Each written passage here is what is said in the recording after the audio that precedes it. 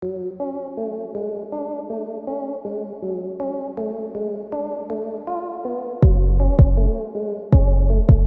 दोस्तों, कैसे हैं आप सब। उम्मीद करता हूँ कि सब बढ़िया होगा। दोस्तों, क्या आपने कभी सोचा है कि इस दुनिया में कई ऐसी महिलाएं आई हैं जिन्होंने कामयाबी पाने के लिए सब कुछ दांव पर लगा दिया है। जी हाँ, पैसे से लेकर अपनी इज्जत तक बेच दी। आज हम आपको एक ऐसी महारानी के बारे में बताने जा रहे हैं जो कि सबसे अलग थी।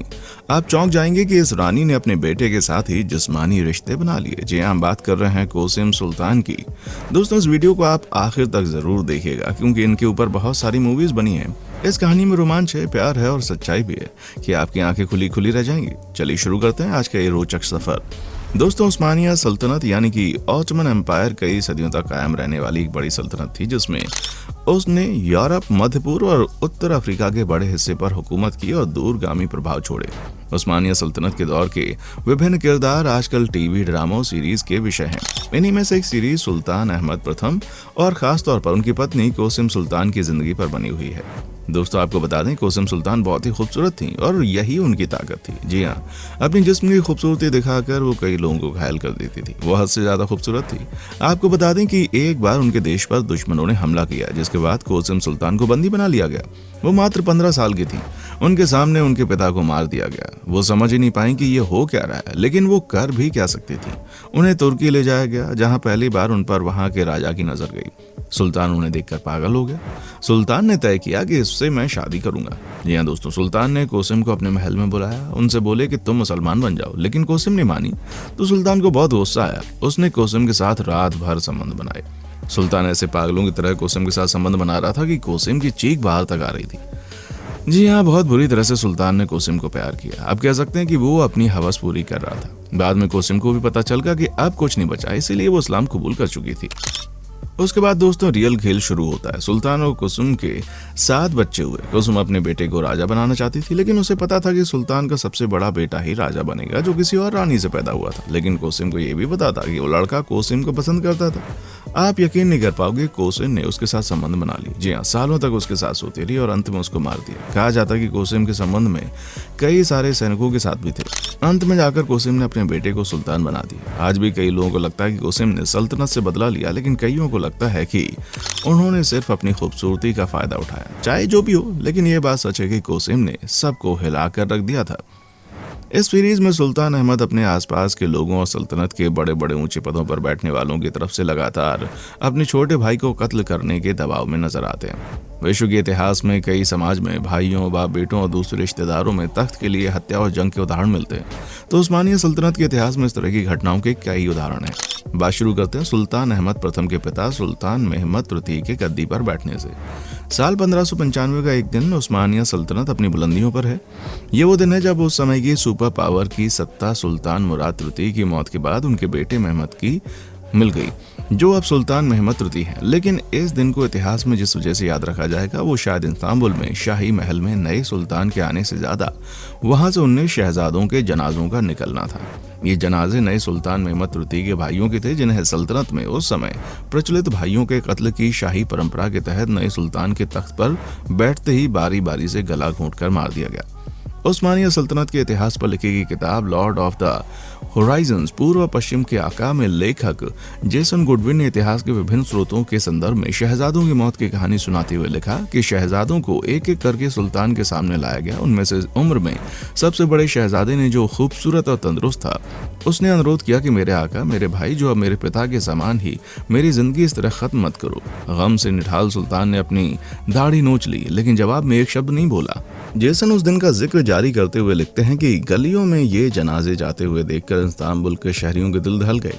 इतिहासकार लेस्ली पी पेयर्स ने अपनी किताब imperial harem women and sovereignty in the Ottoman Empire में उस समय तैयार की गई रिपोर्ट का संदर्भ दिया है कि सुल्तान मुराद तृतीय के जनाजे के एक दिन बाद ही जब उनके 19 शहजादों के जनाजे निकले तो उस समय सुल्तान मुराद तृतीय के जनाजे की तुलना में इस्तांबुल के शहरियों की दोगुनी संख्या बाहर आई और हर एक आंख आंसुओं से भरी हुई थी।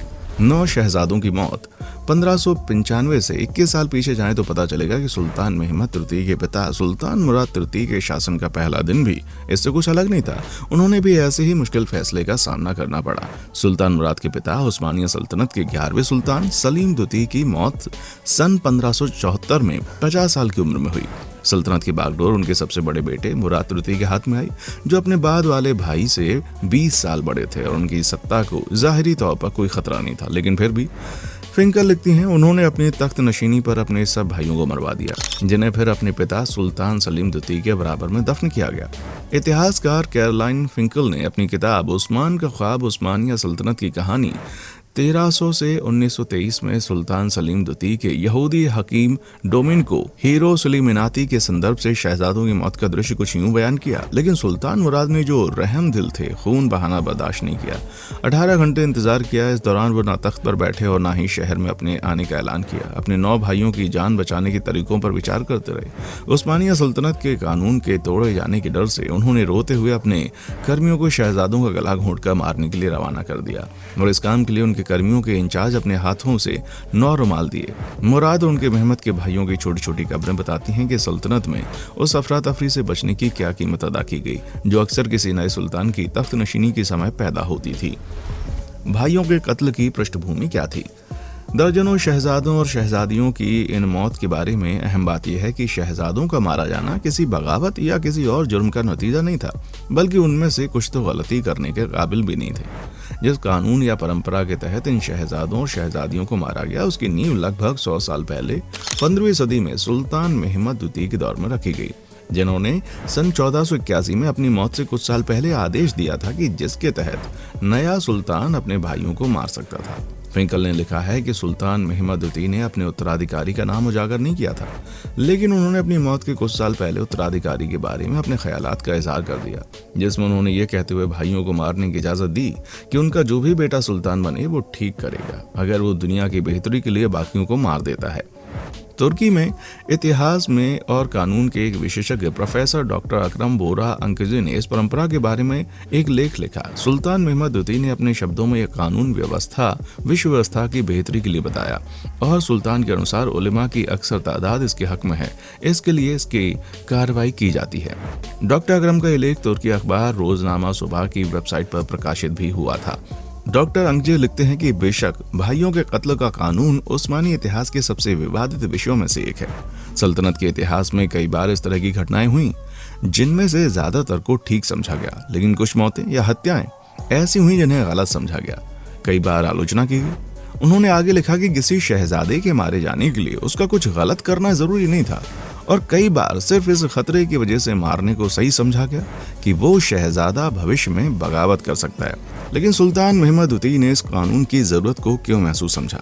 इसको समझने के लिए हम एक घटना की मदद ले सकते हैं। इसके लिए हमें उस्मानिया सल्तनत के इतिहास में लगभग 70 साल और पीछे जाना होगा, जब जुलाई 1402 में अंकारा के करीब उस्मानी बादशाह सुल्तान बायजीद और सुल्तान तैमूर के बीच एक बड़ी जंग हुई। तैमूरलंग और उस्मानिया सल्तनत।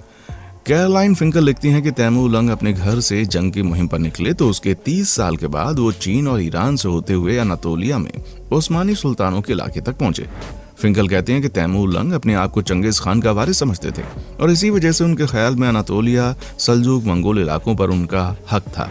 उन्होंने अनातोलिया की विभिन्न रियासतों के बीच मतभेद का फायदा उठाने की कोशिश की, लेकिन उस्मानी सुल्तनत बायजीद की नजर भी उन्हीं रियासतों पर थी।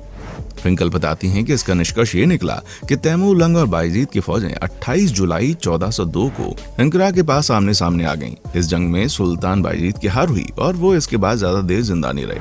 उनकी मौत कैसे हुई? फिंकल कहती हैं कि इसके बारे में कई मत हैं, लेकिन आज के विषय के संदर्भ में अहम बात यह है कि उस्मानिया सल्तनत एक मुश्किल दौर में दाखिल हो गई। अगले 20 साल तक उस्मानिया सल्तनत को गृह युद्ध की वजह से भारी तबाही और बर्बादी का सामना करना पड़ा।